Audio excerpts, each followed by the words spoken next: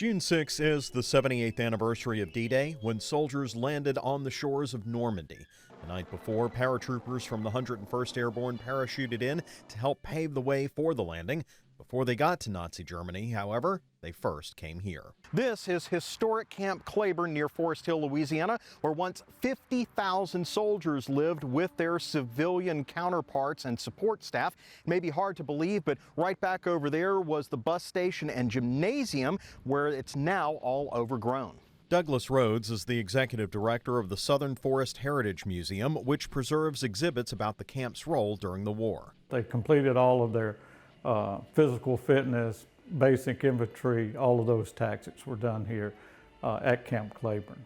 The picture you see here is from a visit by Sergeant Dick York, the most decorated veteran of World War I, who came to the camp to address his former unit, the 82nd Infantry Division.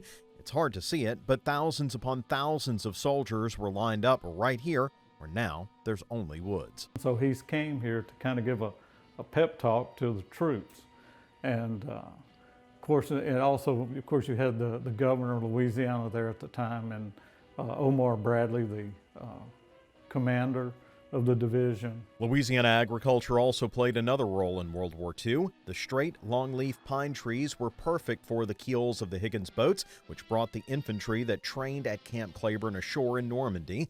This is the old mill where those trees were processed. They needed long, straight timbers for the keels of the landing craft. And so they put in an order with the Southern Forest Heritage Museum, and they furnished the keels for the boats that were being built in New Orleans, the landing craft that were being built in New Orleans. Camp Claiborne was originally part of the U.S. Forest Service before itself being recruited in 1940. In fact, U.S. Forest Service firefighters trained Army paratroopers because of their experience in getting into remote areas to stop wildfires.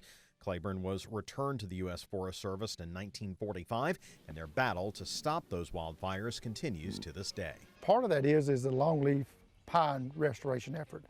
And so we've been doing that for several years, and part of that maintenance is doing prescribed burn. On our district, we burn about 50,000 acres a year.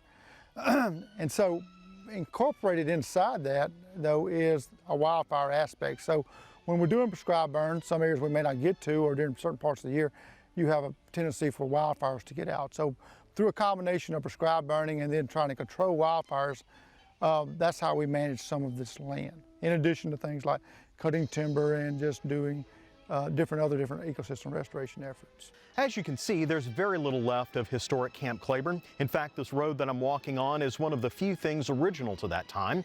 However, the soldiers that walked this hallowed ground went on to liberate Europe, forever preserving their sacrifice, as well as this corner of Louisiana, in history.